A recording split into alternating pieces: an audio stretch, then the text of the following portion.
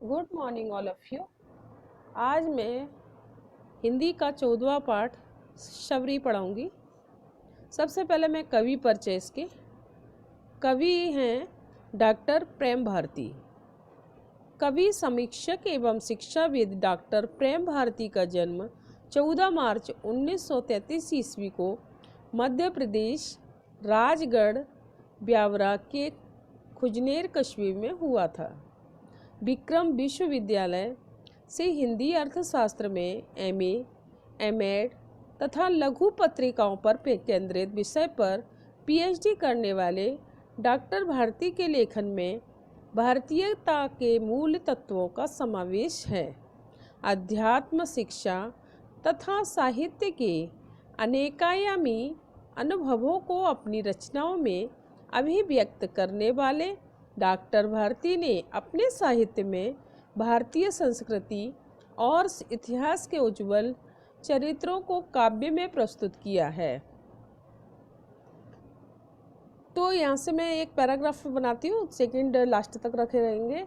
तो कवि, समीक्षक, शिक्षाविद डॉक्टर प्रेम भारती का जन्म 14 मार्च 1933 ईस्वी को मध्य प्रदेश राजगढ़ ब्यावरा के खुजनेर कस्बे में हुआ था।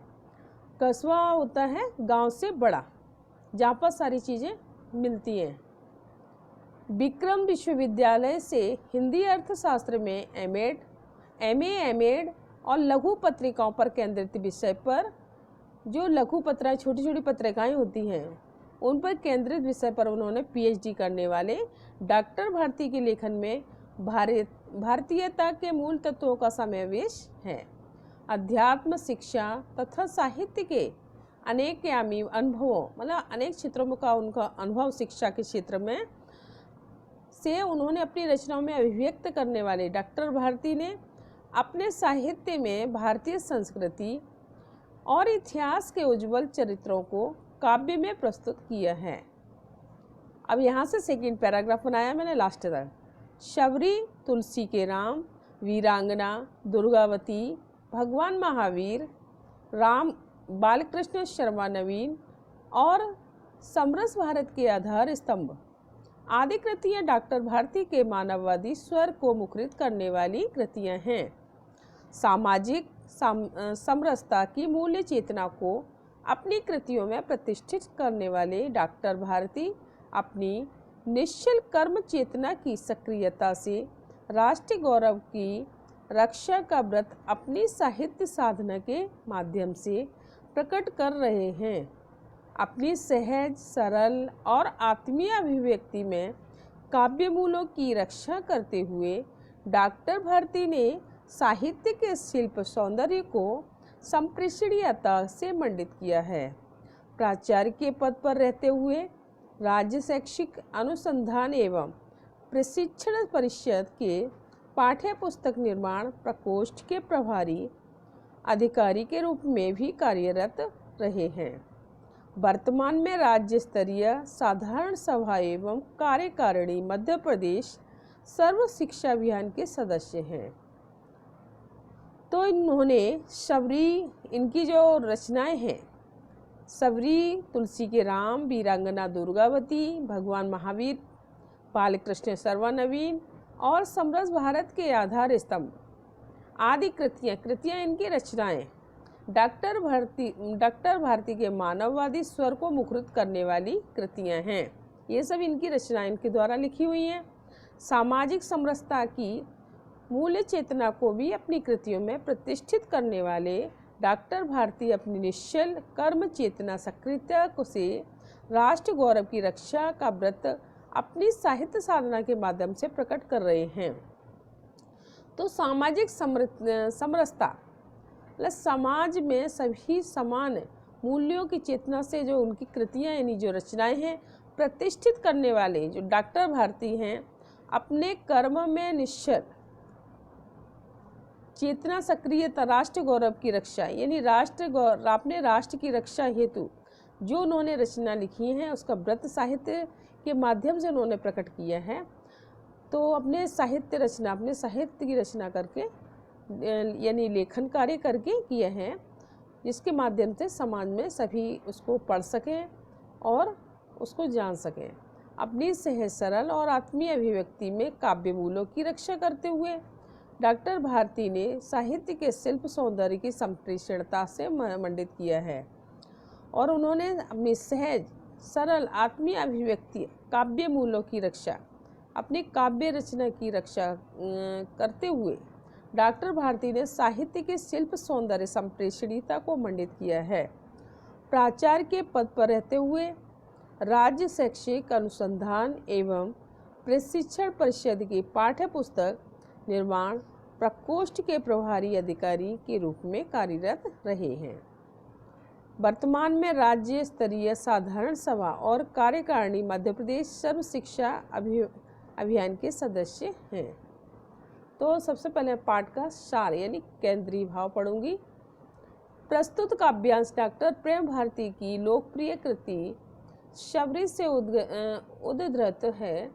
शबरी के प्रख्यात पौराणिक प्रसंग में कवि ने कतिपय मौलिक और एकदम नई उद्भावनाओं को प्रकट किया है। शबरी का हृदय श्री राम के स्वागत हेतु प्रफुल्लता से परिपूर्ण हो उठता है। कवि ने शबरी के हृदय की उदारता और वात्सल्यता को संपूर्ण वन प्रांतर तक विस्तारित कर दिया है। यहाँ तक इसका एक पैरा बनाते हैं। तो प्रस्तुत काव्यांश डॉक्टर प्रेम भारती की जो लोकप्रिय कृति है, ये अपने पूरे समाज में जो प्रसिद्ध है शबरी। तो शबरी के प्रख्यात पौराणिक प्रसंग में कवि ने कतिपय मौलिक और एकदम नई उद्भावनाओं को प्रकट किया है। शबरी का हृदय श्री राम के स्वागत हेतु जो प्रफुल्लित यानी आनंदित को संपूर्ण वन प्रांतर पर विस्तारित किया है, यानी शबरी के साथ साथ पूरा वन प्रांत प्रसन्न है, उनके स्वागत के लिए तैयार है, पूरी प्रकृति तैयार है। तो उस पर आधारित करते हुए उन्होंने ये कविता लिखी हुई है। उन्होंने शबरी के भीतर, सेकंड यहाँ से स्टार्ट करते हैं पैरा, उन्होंने शबरी के भीतर जागते द्वंद्व का चित्रण करते हुए उसकी स्वाभाविक आत्मगरिमा का एक साथ चित्रण किया है।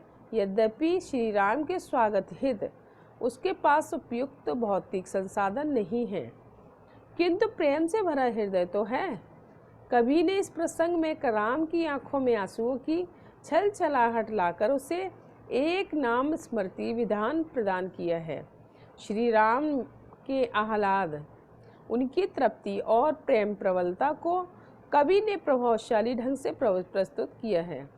कविता में शबरी और राम के मिलन के माध्यम से कवि ने वनवासी बंधुओं के साथ राम की अनुरक्ति का चित्रण कर सामाजिक समरसता के संदेश को प्रकट किया है।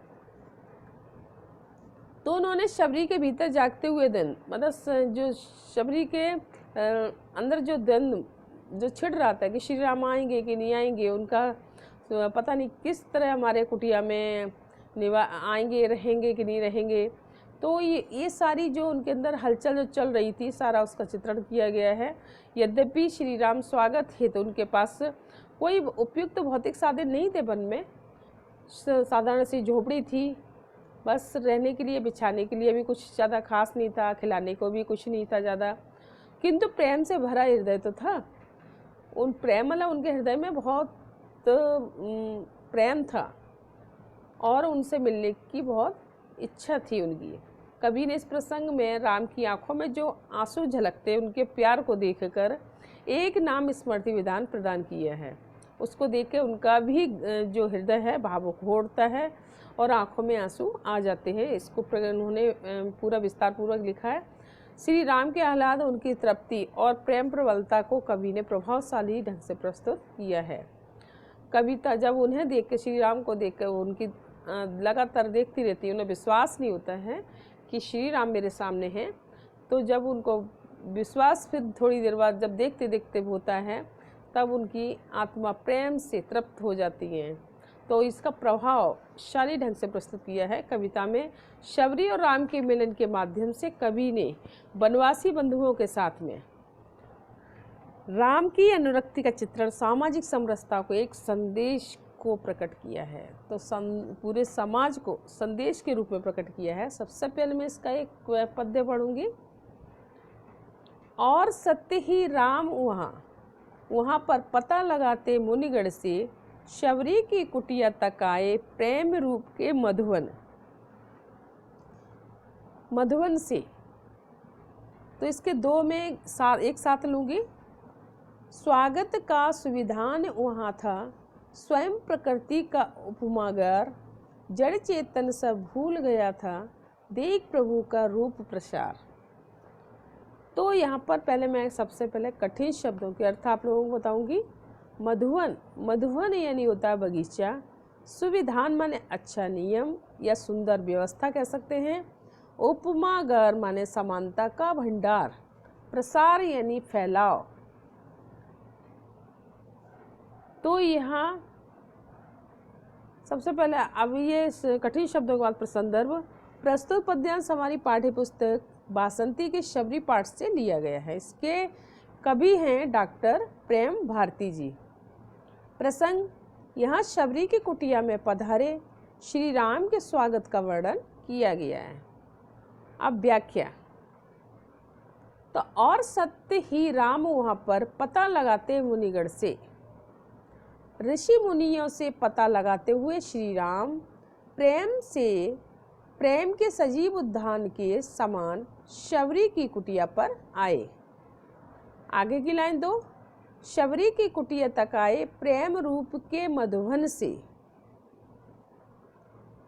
तो वहाँ स्वागत, मतलब यहाँ पर जो चारों लाइन का यहाँ पर आ गया, मुनि ऋषियों से सत्य ही राम वहाँ पर पता लगाते मुनिगढ़ से, श्री राम मुनिगढ़ से यानी ऋषि मुनियों से पता लगाते शबरी की कुटिया तक आए प्रेम रूप के मधुवन से।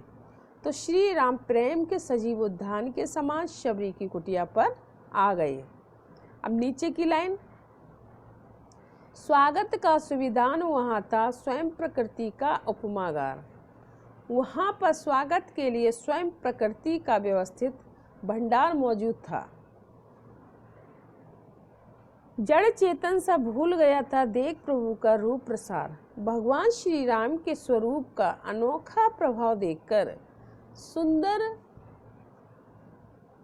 रूप देखकर जो जड़ और चेतन सभी अपना ध्यान भूल गए थे। सभी को बड़ा अद्भुत सा लग रहा था। अब इसका काव्य सौंदर्य यानी विशेष कह सकते हैं। नंबर 1, श्री राम के स्वागत को प्रस्तुत प्रकृति का वर्णन हुआ है। सेकंड, शुद्ध साहित्यिक भाषा का प्रयोग हुआ है।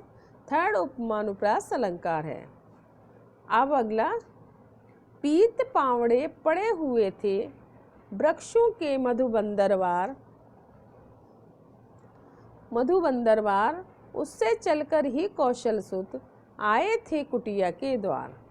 खड़ा गगन का दीप स्वयं ही, लिए सूर्य की ज्योति महान, ताराओं के पुण्य अलक्षित, धूप आरती का भगवान। तो कठिन शब्दों के अर्थ, पीत यानी पीले, मधु माने पराग, कौशल सुध यानी कौशल्या के बेटे श्री राम, गगन यानी आकाश, दीप यानी दीपक, ज्योति यानी प्रकाश, पुष्प यानी फूल, अलक्षित माने दिखाई देने वाले, अज्ञात कह सकते हैं, अलक्षित यानी दिखाई न देने वाले, जो दिखाई न दे, या अज्ञात कह सकते हैं। तो इसमें प्रसंग, इसमें जो संदर्भ है उपरोक्त है वो पहले वाला ही है। प्रसंग में इसमें श्री राम के स्वागत में तत्पर प्रकृति के तत्वों का वर्णन किया गया है। व्याख्या इसमें लेंगे हम। पहली, पीत पावड़े पड़े हुए थे वृक्षों के मधु बंदरवार। श्री राम के स्वागत के लिए फूलों से झरने वाले पराग रूपी पीले पावड़े पड़े थे, उससे चलकर ही कौशल शुद्ध। अब इसमें पीत पावड़े पड़े हुए थे, जो मतलब वृक्ष रहते, वृक्षों पर लताएं लिपटी होती हैं। तो जो लताएं लिपटी होती है तो उन पर सुंदर सुंदर फूल खिले होते हैं, और फूल क्या होते हैं, झड़ते रहते हैं। तो मतलब ऐसा लग रहा था कि प्रकृति, मतलब जैसे कोई आता है किसी के स्वागत में, जैसे हम फूल बिछा देते हैं, दरवाजे से लेके गेट बनाते हैं, गेट से लेके अंदर तक पूरा फूल बिछा देते हैं ना, तो ठीक उसी प्रकार प्रकृति का ऐसा अनुभव हो रहा था कि उनकी कुटिया तक जो बेलें थी पेड़ों पर लटकी हुई, जो फूल झड़ते रहते थे, वहाँ पर ऐसा लग रहा था कि उनके स्वागत में स्वयं प्रकृति ने उनके स्वागत सत्कार में पुष्प बिछाए हुए हैं। चलिए आगे। उससे चलकर ही कौशल सुत आए थे कुटिया के द्वार। ऐसा प्रतीत होता था कि श्री राम उससे चलकर ही कौशल सुत आए थे कुटिया द्वार, और वही फूलों पर पैर रखते हुए कौशल सुत यानी श्री राम लक्ष्मण के साथ शबरी की कुटिया के दरवाजे पर आए थे। खड़ा गगन का दीप स्वयं ही लिए सूर्य की ज्योति महान ताराओं के पुष्प लक्षित धूप आरती का स्वागत। भगवान तो भगवान श्री राम एवं लक्ष्मण की आरती के लिए आकाश का दीपक जो सूर्य है, आकाश में कौन चमकता है? सूर्य चमकता है, तो उसको दीपक बताया गया है यहाँ पर। तो सूर्य महान प्रकाश से युक्त होकर प्रस्तुत था, यानी उनकी आरती के लिए तारागण रूपी अज्ञात फूल। तो जो आरती के लिए जो कहते हैं ना, जब पूजा करते हैं तो हम पुष्प चढ़ाते हैं, तो यहाँ पर ताराओं को पुष्प बताया गया है। आरती के लिए तारागण रूपी अज्ञात पुष्प यानी फूल जो दिखाई नहीं दे रहे थे दिन में, और धूप वहाँ पर मौजूद थी, यानी सूर्य जब निकलता है तो तारे छुपे रहते दिन में। तो यही यहाँ पर दिया हुआ है, खड़ा गगन का दीप स्वयं ही लिए सूर्य की ज्योति महान ताराओं के पुष्प लक्षित धूप आरती का भगवान। मैं दोबारा से रिपीट करके अर्थ बता देती हूँ हम लोगों को। श्री राम के स्वागत के लिए फूलों से झरने वाले पराग रूपी पीले पावड़े पड़े हुए थे, यानी बेलों से फूल जो टपकते रहते हैं, गिरते रहते हैं, वो बिछे हुए थे। वृक्षों के बंदरवार बंधे हुए थे। जो बेलें एक वृक्ष से दूसरी वृक्ष पर अपने आप लिपट जाती हैं ना, तो उनको उसको बंदरवार का नाम दिया हुआ है। उन बंदरवारों को पार करके ऐसा लग रहा था उसके नीचे से निकलते हुए कौशल्या के पुत्र यानी श्री राम लक्ष्मण के साथ सबरी की कुटिया के दरवाजे पर आए थे। भगवान नीचे की 2 लाइन, ताराओं के पुष्प लक्षित धूप आरती का भगवान श्री राम एवं लक्ष्मण की आरती के लिए आकाश का दीपक यानी आकाश रूपी दीपक सूर्य अर्थात सूर्य महान प्रकाश से युक्त होकर प्रस्तुत था, यानी तैयार था उनकी आरती उतारने के लिए। आरती के लिए तारागढ़ रूपी जो अज्ञात फूल और धूप वहाँ मौजूद थी। अज्ञात यानी आपको पहले अर्थ बताया उसमें, जो दिखाई ना दे, या अज्ञात कह सकते हैं। इनमें दिन में तारे छुपे हुए होते हैं, तो यानी पुष्प रूपी तारा उन्हें बताया गया है, यानी तारों को फूल बताया गया है। तो अब इसका हम काव्य सौंदर्य यानी विशेष यहाँ स्वागत एवं आरती का वर्णन हुआ है, लेकिन शुद्ध साहित्यिक भाषा को अपनाया गया है। अनुप्रास रूपक अलंकारों का स्वाभाविक सौंदर्य देखा जा सकता है। तो ये यहाँ तक ही आप लोगों को आज पढ़ाएंगे, और सभी पूरा अच्छे से पढ़कर चैप्टर और इसके अर्थ एक बार खुद पढ़ें।